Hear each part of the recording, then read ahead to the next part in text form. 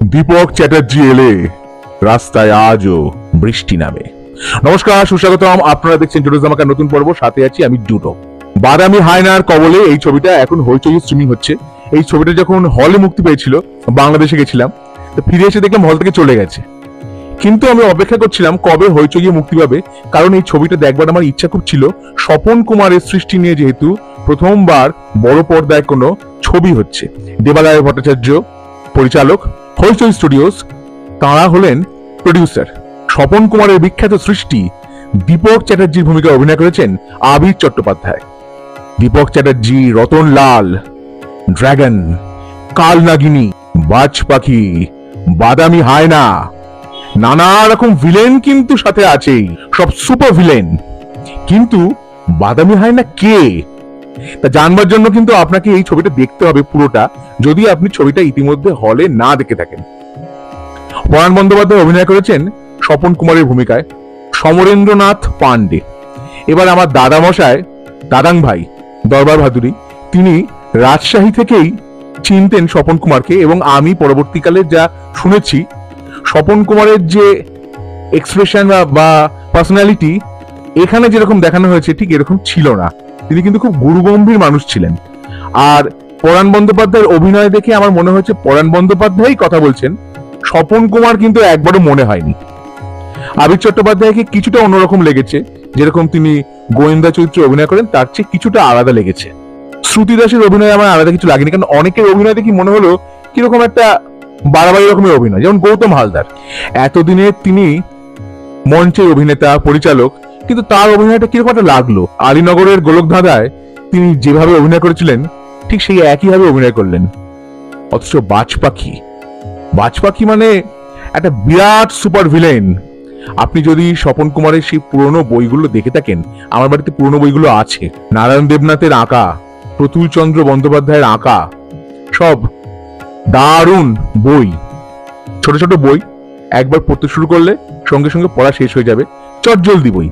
তা সেইটা নিয়ে যখন ছবি হচ্ছে, আমার এক্সপেকটেশনটা কিন্তু আরো বেশি ছিল, কারণ রিভিউ আমি যে পড়েছিলাম এটাকে বা শুনেছিলাম, আমার মনে হয়েছিল যে আরো হয়তো ভালো হবে। কিন্তু এই একটি বিষয়ের উপর ছবি করবার জন্য প্রথম থেকেই দর্শককে আটকে রাখবার মতো পরিস্থিতি তৈরি করবার কথা ছিল, কিন্তু সেটা হয়নি, সেই ব্যাপারটা হয়নি। আর কালার গ্রেডিং এর ক্ষেত্রেও আমার অনেক সময় মনে হয়েছে যে এক্ষেত্রে একটু ডার্ক কালার যখন সন্ধ্যাবেলা দেখানো হচ্ছে, সেইখানে যে আপনি যখন লাইট ফেলছেন সেটে বোঝা যাচ্ছে যে আলোকিত হয়ে যাচ্ছে চারপাশটা, কিন্তু আরেকটু ডার্ক আকাশটা হলে, এই যে পুরনো একটি বাড়ির সামনে যখন দীপক চ্যাটার্জি গেল, এইগুলো আরেকটু ডার্ক হলে খুব ভালো হতো। ড্র্যাকুলা স্যারে কিন্তু কালার গ্রেডিং ইত্যাদি বা যে এক্সিকিউশন এর চেয়ে অনেক ভালো ছিল। দীপক চ্যাটার্জি সে এখন একটি লাইব্রেরির সিকিউরিটি গার্ড, সেখানেই থাকে, সেখানেই শুয়ে থাকে। সে কি বাস্তব না কল্পনা? এই ছবিতে প্রথম থেকে নির্মাতা বলেছেন স্বপন কুমারের গল্পে যেমন লজিক কোনোদিন পাঠক খোঁজেনি, এই ছবিতে লজিক নেই, ম্যাজিক আছে। কিন্তু ম্যাজিকটা পুরোপুরি কি সফল হয়েছে আমার তো মনে হয়নি, কারণ আমি খুব আগ্রহ নিয়ে দেখতে বসেছিলাম। সেই আগ্রহটা অনেক জায়গায় ছেদ পড়েছিল। আবার ওয়ারেন হেস্টিংসের যে ডুয়েল, যে বিখ্যাত ডুয়েল বেলভেডিয়ার রোডে হয়েছিল, তার কথা আমরা অনেকেই জানি, সেইটার উল্লেখ এসেছে, পদাবলীর কথা এসেছে, রবীন্দ্রনাথের কথা এসেছে, এবং এইগুলো দীপক চ্যাটার্জি বলছে স্বপন কুমারকে। দীপক চ্যাটার্জি আবার শুনতে পাচ্ছে স্বপন কুমার তাকে নির্দেশ দিচ্ছেন। অনেক সময় কাশি মানে শ্রুতি দাস জিজ্ঞেস করছেন যদি আপনি কি শুনছেন, তিনি স্বপন কুমারের কথা শুনছেন। এবার কোনটা বাস্তব কোনটা কল্পনা তা আমাদের বুঝে নিতে হবে। দীপক চ্যাটার্জি ফিরবেন এইটা শেষে দেওয়া হয়েছে, দীপক চ্যাটার্জি উইল রিটার্ন। তিনি ফিরুন, আমিও চাই, তবে গল্পটা আরো জম্পেশ হতে হবে। গল্প বলছি না, স্বপন কুমারের সব কিছু ক্যারেক্টার নিয়ে তৈরি হয়েছে, উদ্দেশ্য ভালো, কিন্তু এক্সিকিউশনটা আরো জমজমাটি হতেই পারত। আর গানগুলো ভীষণ মনোটোনাস হয়েছে, ফুলে ফুলে ঢলে ঢলে গানটা যে গাওয়া হয়েছে, অনেক জায়গাতে টিউন লাগেনি।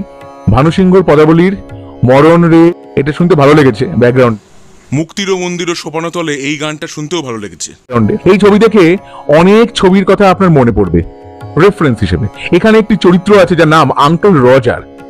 আবার দীপক চ্যাটার্জি একবার গুলি করতে নিল, বন্দুক থেকে কার্তুজের বদলে বেরোলো দুটো গোলাপ ফুল। এইটা দেখে যেমন মনে পড়েছে হু ফ্রেমড রজার র্যাবিট এই ছবির কথা, কিংবা দ্য মাস্ক ছবির কথা, টিম বার্টনের ব্যাটম্যান ছবির কথা মনে পড়েছে। দু হাতে দুটো বন্দুক আর এক হাতে টর্চ। যদিও স্বপন কুমার কিন্তু এটা লেখেননি, এখানে বলা হয়েছে যে শিয়ালদায় স্বপন কুমার ভীষণ কষ্ট করে খেটে তাকে লিখতে হতো, সংসার চালাতে হতো। পরবর্তীকালে জ্যোতিষ চর্চার যখন তিনি বই লিখেছেন, সেই বইও হু হু করে বিক্রি হয়েছে। শ্রী ভৃগু নামে, সমরেন্দ্রনাথ পান্ডে আসল নাম তার। আবার একটি দৃশ্যে উচ্চারণে পরাণ বন্দ্যোপাধ্যায় বললেন ইমাজিনেশন। উচ্চারণটা ইমাজিনেশন। স্বপন কুমার একজন শিক্ষিত ব্যক্তি, তিনি ভুল উচ্চারণ করবেন কি করে? আর এই উচ্চারণ যখন হয়ে গেল, তখন ডাবিং এর সময় কেন পরিচালক বা বাকি যারা আছেন তারা সেটা খেয়াল করলেন না? এটা ঠিক নয়। স্বপন কুমারের সৃষ্টির ক্ষেত্রে এটা ঠিক নয়। বিবেকানন্দ মুখোপাধ্যায়ের লেখা দ্বিতীয় বিশ্বযুদ্ধের ইতিহাস, সেই বইয়েরও একটি ভূমিকা আছে এই ছবিতে, ঠিক যেমন আছে অজয় হোমের লেখা বাংলার পাখি বইটির ভূমিকা। বেশ কিছু দৃশ্য ভালো লেগেছে। আবার শেষে কিন্তু একটি গূঢ় বার্তা দেওয়ার কথা বলা হয়েছে ভ্যাকসিনেশনকে কেন্দ্র করে, এবং আরো ব্যাপার আছে রাষ্ট্রর বিরুদ্ধে। এখানে একটি চরিত্র আছেন যিনি ইন্টেলিজেন্সের হেড, তিনি বলছেন রাষ্ট্রের বিরুদ্ধে লড়াই করতে আমার ছোট লোক গোয়েন্দাই চাই। ফেলুদা ব্যোমকেশের প্রতিও বেশ কিছু মন্তব্য করা হয়েছে। কারণ বলা হয়েছে যে যে গোয়েন্দাদের বাঙালিরা পছন্দ করে, ব্যোমকেশ, ফেলুদা, কাকাবাবু যদিও ঠিক গোয়েন্দা নয়, কাকাবাবু একজন অভিযাত্রী, স্বপন কুমারকে সেই লেভেলে কখনো দেখানো হয়নি আমাদের সমাজে, সেটাই বলা হয়েছে এই ছবিতে। আবার সত্যজিৎ রায়ের ছবির রেফারেন্স বারবার এসেছে। দুটি চরিত্র আছে, হো এবং রুমাল, সেখান থেকে রুমাল হয়ে গেল বিড়াল, যা আপনাকে মনে করিয়ে দেবে সুকুমার রায়ের হজবরলর কথা। আবার এদেরকে দেখেও সত্যজিৎ রায়ের গুপিগান বাঘাবাহিনীর বিভিন্ন চরিত্রের কথা আপনার মনে পড়বে। টড ফিলিপসের জোকার ছবির কিছু দৃশ্যের কথাও মনে পড়বে। তবে বৃষ্টির দৃশ্যগুলো দেখতে ভালো লেগেছে। এই যে ছাদে যখন স্বপন কুমার যাচ্ছেন, আকাশে মেঘ ঘনিয়ে আসছে, সেগুলো দেখতে খুব ভালো লাগছিল, পরিবেশটা খুব সুন্দর মনে হচ্ছিল। বৃষ্টির একটা ভূমিকা আছে এই ছবি জুড়ে, সেগুলো দেখতে খুব ভালো লেগেছে। অয়ন ভট্টাচার্য আছেন, সাম্প্রতিককালে তিনি মঞ্চের অভিনেতা, সাম্প্রতিককালে তিনি হইচইয়ের বা এসবিএফ এর প্রোডাকশনে অনেক কাজ করছেন। লোকনাথ দেও আছেন। আবার ব্যাটম্যানের যে 1966 এর যে সিরিজটা হয়েছিল, সেই সিরিজের কথাও কিছু কিছু দৃশ্যে আপনার মনে পড়বে।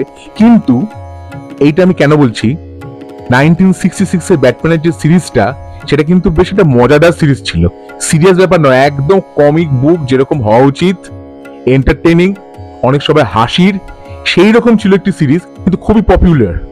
এখনো অবধি সেই সিরিজের ফ্যান ফলোয়িং আকাশ ছোঁয়া।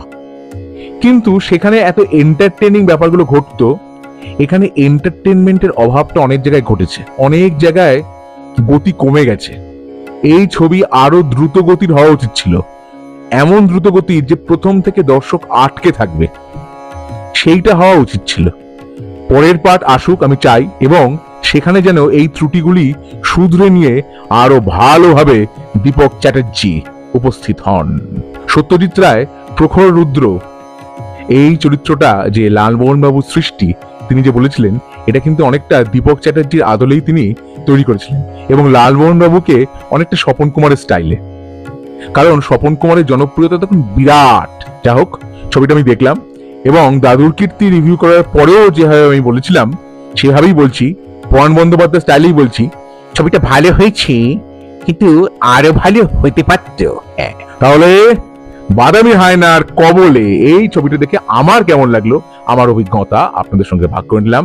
আমার ভিডিও ভালো লেগে থাকলে অবশ্যই লাইক করুন, শেয়ার করুন, সাবস্ক্রাইব করুন আমার চ্যানেল, এবং আমার ফেসবুক পেজ জুডোস ধামাকা, সেটাকে লাইক করুন, ফলো করুন। পরের পর্বে ফিরছি নতুন কোনো চমক নিয়ে, নতুন কোনো ধামাকা নিয়ে। হ্যাস্টা লা ভিস্টা, জুডোস ধামাকা, লেটস ডু দ্য ধামাকা।